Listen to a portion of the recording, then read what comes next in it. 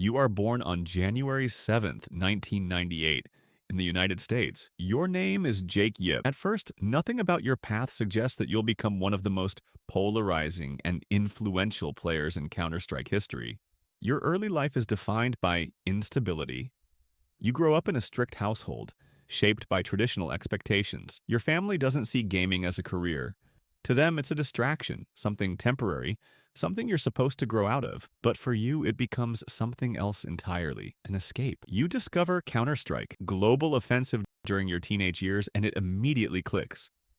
Not because it's easy, but because it rewards something you naturally lean toward. Aggression, instinct, confidence. You don't just play the game, you force it. While many players learn structure first, you build your identity on raw impact. You peak first. You take fights others avoid. You challenge space instead of waiting for it. At first, it looks reckless. But over time, it becomes your signature. You grind through Face It and ESEA, building a reputation in the North American pug scene. People start recognizing your name, STEWIE2K, not because you're polished, but because you're unpredictable. You don't follow the rules, and that makes you dangerous. By 2015, you're already known in high-level pugs as a player with insane confidence and raw mechanical ability. But there's a problem. Your playstyle doesn't fit the traditional system. Teams hesitate. You're seen as too aggressive, too risky, too unproven. But then comes your opportunity. In early 2016, you join Cloud9.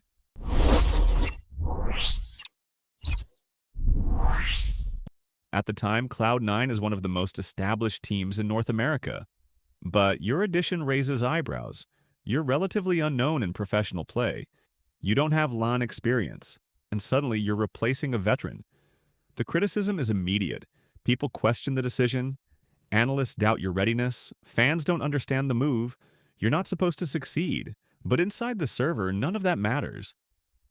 From the beginning, your role is clear. Create space, take initiative, break open rounds, and you do exactly that. Your aggression becomes a defining element of Cloud9's identity. You don't wait for perfect setups, you create chaos, forcing opponents to react. Sometimes it backfires, but when it works, it changes entire rounds. Still, results don't come instantly. 2016 is inconsistent. The team struggles to find stable form internationally. You attend events, gain experience, but you're not yet competing for titles. For you personally, this is a learning phase. You're transitioning from pug star to professional player. That means adapting. Learning utility usage, positioning, teamwork, communication. But one thing doesn't change. Your confidence. You keep taking fights, keep pushing limits, keep playing your style even when it costs you rounds. Because deep down, that's what got you here. And you're not ready to give it up. By the end of 2016, you're no longer just a risky pickup. You're a core part of Cloud9. Unpredictable. Aggressive, difficult to control, and still evolving. 2017 becomes the year where everything starts to take shape, but not in the way you expect. You're still playing for Cloud9, and by now you're no longer the unknown rookie. Teams know you. They study you.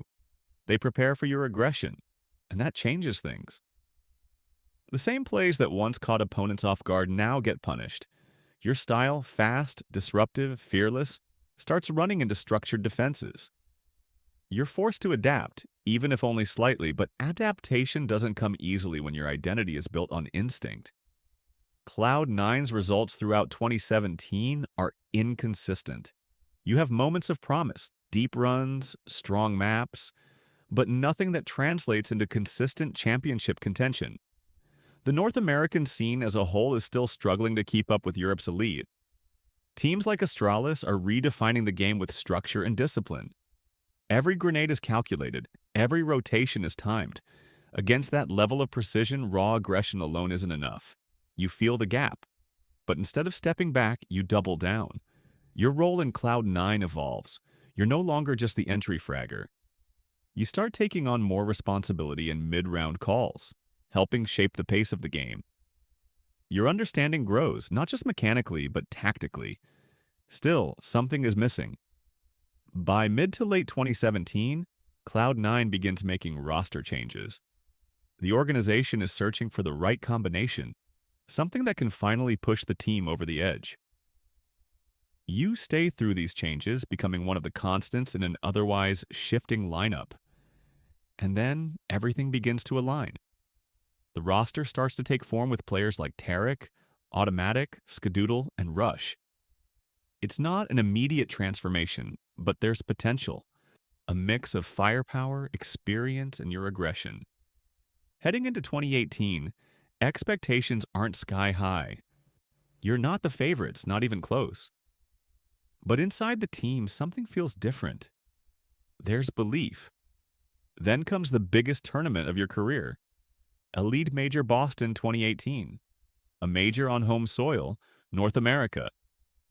The pressure is massive, not just for you, but for the entire region. NA teams have never won a major before, and history doesn't favor you. Throughout the tournament, Cloud9 fights through difficult matches. You're not dominating every game, but you're surviving, adapting, finding ways to win when it matters. Then you reach the playoffs. The arena is packed, the crowd is behind you. Every round feels heavier. In the semifinals, you face SK Gaming, the core that once dominated the world, with players like Coldzera and Fallen. You win. It's not clean. It's not easy. But it's enough to push you into the grand final, and now you're one step away from history. One step away from doing what no North American team has ever done. Winning a major, the grand final of LX. Major Boston 2018 is where everything you've built, every risk, every aggressive decision, every doubt comes to a head. Your opponent is FaZe Clan. On paper, they are the better team, a super team stacked with stars. Nico, Rain, Olaf Meister, Guardia N. Experience, firepower, composure. They are expected to win. You are not. The series starts on Mirage. You lose the first map. It feels like the narrative is playing out exactly as predicted. FaZe in control. Cloud9 falling short. Then comes Overpass. This is where things begin to shift. You don't play safe. You don't slow down. You lean into what got you here. Pressure, aggression, disruption. You take space early, challenge angles, force FaZe out of their comfort zone. Cloud9 wins the map, 1-1. Everything comes down to Inferno. At first it slips away. FaZe builds a lead. The pressure mounts.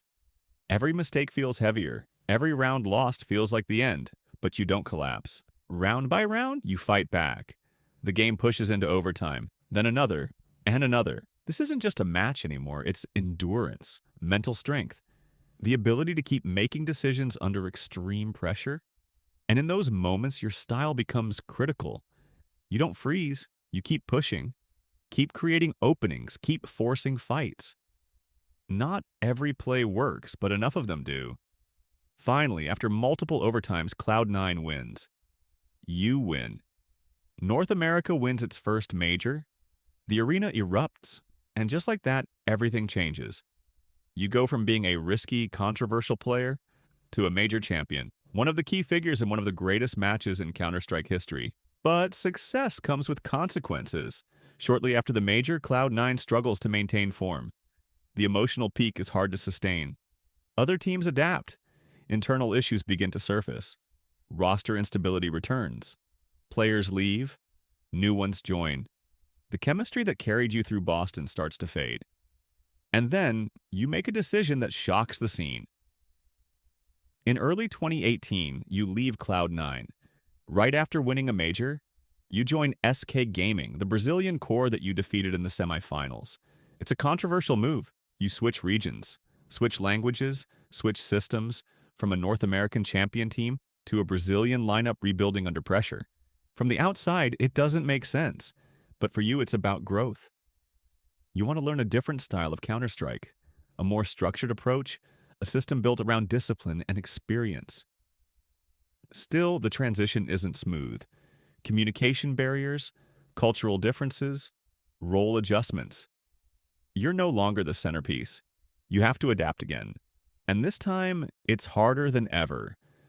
Joining SK Gaming in 2018 is supposed to be a step forward, a chance to evolve, a chance to add structure to your raw aggression. But reality doesn't follow expectations. The transition is difficult from the start. Communication happens mostly in Portuguese, a language you don't fully speak. Calls are faster, more structured, more dependent on a precise timing. You're not just reacting anymore, you're trying to fit into a system that already exists. And for a player built on instinct, that's a challenge. Soon after, the team transitions into MIBR, reviving a legendary Brazilian brand. The expectations rise instantly. This isn't just another roster, it's supposed to represent the return of Brazilian dominance. But inside the server, things don't click. The lineup experiments with international players, including Tarek and later other changes. Roles overlap. Communication issues persist. The system never fully stabilizes. Results reflect that. You attend tournaments, but deep runs become rare. Instead of fighting for titles, you're fighting to stay relevant in playoffs. For someone coming off a major win, it's a sharp contrast. And for you personally, the pressure builds. Criticism starts to grow. Analysts question your decision to leave Cloud9. Fans debate whether your success in Boston was tied to that specific lineup. Every underperformance becomes part of a bigger narrative. Did you peak already? Can you adapt outside your comfort zone? These questions follow you through 2018 and into 2019. Eventually, the experiment begins to break down. You leave MIBR and move to Team Liquid in late 2018. This is another reset, but a very different one. Liquid is already one of the strongest teams in North America. Structured, disciplined, consistently reaching finals, but struggling to win them. When you join, your role shifts again. You're not just an entry anymore. You bring experience from different systems. NA aggression, Brazilian structure. You become a hybrid player, capable of adapting to what the team needs. And this time, it works. In 2019, Team Liquid enters one of the most dominant runs in Counter-Strike history. You win IEM Sydney 2019, DreamHack Masters Dallas 2019, ESL Pro League, Season 9 Finals, more ESL 1 Cologne 2019. 4 major events in a short span. This completes the Intel Grand Slam Season 2 in a record 63 days. You go from instability back to dominance. And once again, your style plays a key role. You're still aggressive, but now it's controlled, timed, integrated into a system. You know when to push, when to hold, when to create space. This is a more complete version of you. Not just instinct, but understanding. And for a moment, it feels like you've solved the game. At the peak of 2019, you are once again on top of the Counter-Strike world. With Team Liquid, everything finally makes sense. The system is structured, but not restrictive. Your aggression has a purpose. Your decisions are no longer just instinct. They're calculated risks within a framework that supports you. For a brief period, you are part of the best team in the world. But just like before, dominance doesn't last forever. By the end of 2019, cracks begin to show. Other teams start adapting to your playstyle. The pace that once overwhelmed opponents becomes predictable. The coordination that once felt natural begins to slip under pressure. And then 2020 changes everything. The online era begins. LAN events disappear. The environment shifts completely. Energy, momentum, crowd pressure, all the factors that once fueled your playstyle are gone. The game becomes slower, more controlled, more punishing. Team Liquid struggles to adapt. Results decline. The dominance of 2019 fades into inconsistency. You still have strong moments individually, but as a team, you're no longer setting the pace. You're reacting to others. Roster changes follow. Confidence drops. And once again, you're in a familiar position, trying to rebuild after a peak. By early 2021, your time with Liquid comes to an end. You step away from the roster, and for the first time in years, your future isn't clearly defined.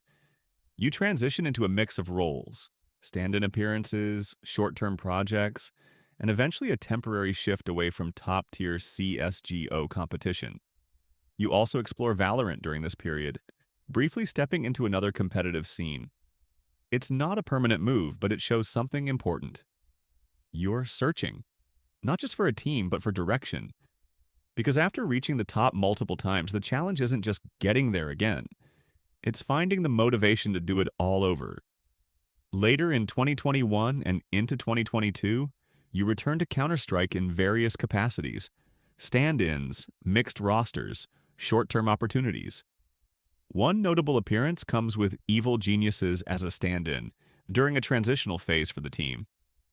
These aren't championship runs, they're rebuilding steps, and they come with a different kind of pressure. Not the pressure of winning a major, but the pressure of proving you still belong.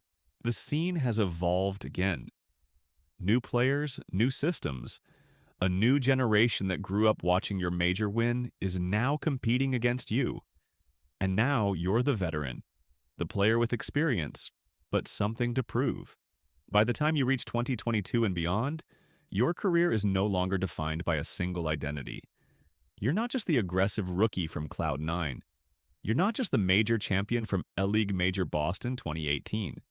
You're not just part of the dominant run with Team Liquid in 2019.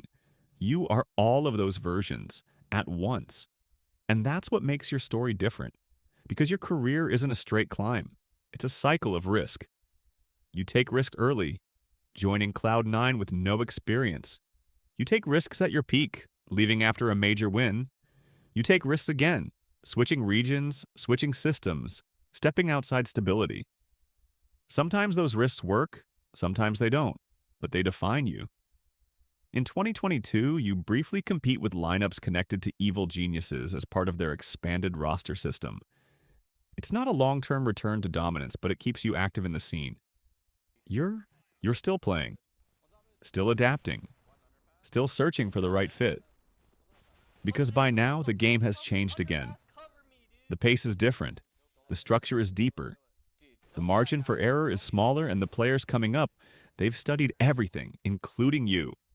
Your Boston Major run, your Liquid dominance, your aggressive entries, they know your style, which means you have to evolve again. And that's the real story of your career, not just the wins, but the constant need to reinvent yourself. You were once the player who broke structure, forcing fights, creating chaos, overwhelming opponents. Then you became the player who learned structure, integrating into systems, winning through discipline. And now you're something else entirely. A veteran who understands both sides of the game. You know when to break the rules and when to follow them. Looking back, your legacy isn't built on being perfect. It's built on impact. You helped redefine how North America played Counter-Strike. You proved that aggression, when used correctly, could win championships. You were a key part of the first NA Major victory, one of the most important moments in the game's history. You were also part of one of the fastest eras of dominance with Team Liquid in 2019. And even when your career moved through instability, different teams, different roles, you never fully disappeared. Because players like you don't. They adapt, they evolve, they return in different forms. Your story isn't about staying at the top forever. It's about what happens after you've already been there. What you choose to do when the spotlight fades, when expectations shift, when the game moves on. And every time you make the same choice, you keep playing, you keep taking risks, you keep stepping into uncertainty. Because that's where your career was built in the first place. Maybe that's the reason your story still matters. Not because it was perfect, but because it was never predictable.